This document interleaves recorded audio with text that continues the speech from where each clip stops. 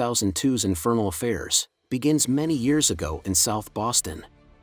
We find Colin Sullivan as a young boy being introduced to the Irish-American mob boss Frank Costello. Over the next few years, Costello grooms him to be his personal mole inside the Massachusetts State Police. Eventually, the Special Investigations Unit that focuses on organized crime accepts Sullivan to their team. Meanwhile, Captain Queenan and Staff Sergeant Dignam recruits William Billy Costigan Jr. as he's about to graduate from the State Police Academy. They want him to go undercover for them as his family's ties to organized crime make him their perfect mole. He agrees, and to make his cover more believable, he drops out of the academy and serves time in prison for a fake assault. Both moles set out to infiltrate their respective organizations, and for Sullivan, one of the perks is that gets to date police psychiatrist Madeline Madden. Coincidentally, she becomes Costigan's psychiatrist as a condition of his probation, and they begin a relationship too. When Costello escapes a sting operation, each mole becomes aware of one another's existence, but they do not know their true identities. Costello immediately orders Sullivan to find the rat, and the police look to find out on their side too. Costigan tails Costello to XXX Theater where Costello meets with Sullivan. Costello gives him an envelope containing the personal information on all his cronies. Once Sullivan leaves, Costigan tails him through Chinatown, but neither man spots the other's face even though they know they are being observed. However, Sullivan does stabs a truck loader he thinks is the one following him. Later, Sullivan tails Queenan to the roof of an empty building as he meets with Costigan. Sullivan tattles to Costello, who sends his men up the building to say hi. When Costello's men do arrive, Queenan tells Costigan to beat it, and he faces the thugs alone. The men wind up tossing Queenan off the roof where he falls to his death. As the men flee the building, Costigan appears, and pretends he's there to help. During their escape, there's a shootout with police. They shoot and kill one gang member named Delahunt. The news report reveals that Delahunt was an undercover cop for the Boston Police Department. However, Costello not only doesn't believe the story, but he's pretty pissed his boys couldn't properly take care of that body. After Queenan's death, Sergeant Dignam gets in a confrontation with Sullivan. Captain George Ellerby places Dignam on a leave of absence, but he quits instead. Later, when Sullivan finds Queenan's phone, he contacts Costigan and tries to get him to quit. Costigan refuses to abort it though. Sullivan also learns from Queenan's diary that the FBI lists Costello as a protected informant. This is sufficient enough to cause him to worry about his own cover being blown.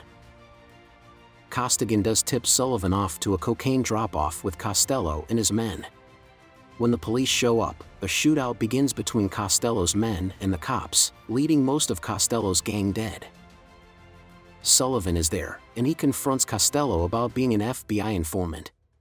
Costello pulls a Han Solo and tries to shoot him first, but Sullivan shoots him multiple times instead, and he falls to the ground dead. The next day, his co-workers applaud the mole as their hero. In a show of good faith, Costigan agrees to meet with Sullivan at the station where he will reveal his true identity and collect some back pay. After some idle chit-chat, Sullivan leaves the room to look up Costigan's employee record. As he's doing so, Costigan notices the envelope Costello gave Sullivan at the theater on his desk. Realizing that Sullivan is Costello's mole, he quietly leaves before Sullivan returns. With Sullivan's cover completely blown, he deletes Costigan's records from the system for good measure. What Sullivan is still unaware of is that Madeline and Costigan had an affair. She's now pregnant with a little boy, but who is the father? A few days pass and Sullivan finds Madeline listening to a CD Costigan mailed her. It contains incriminating conversations Costello recorded between himself and Sullivan, and now Madeline knows he's not the good guy she thought he was. Although he tries in vain to convince her otherwise, he knows she knows. With limited options, Sullivan reaches out to Costigan one last time. He tells Sullivan that Costello recorded each and every one of their conversations, and that his attorney gave him full possession of the tapes. Costigan plans to have Sullivan arrested as the mole, and the two agree to meet at the same building where Costello's boys murdered Queenan. Once there, Costigan pulls a fast one and quickly handcuffs Sullivan. Officer Brown, someone who went through the academy with Costigan, arrives to the rooftop too at Costigan's request.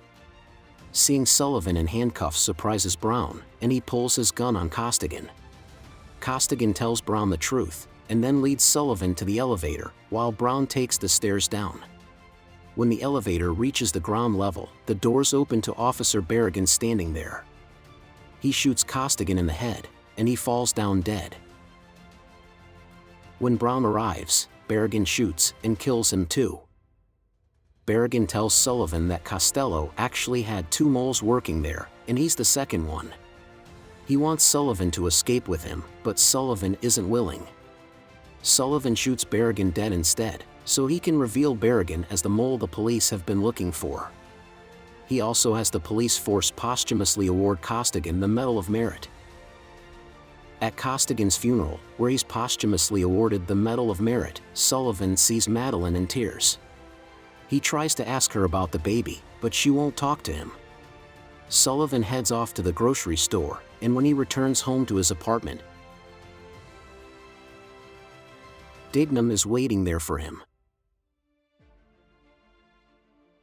He shoots Sullivan dead as he enters the room.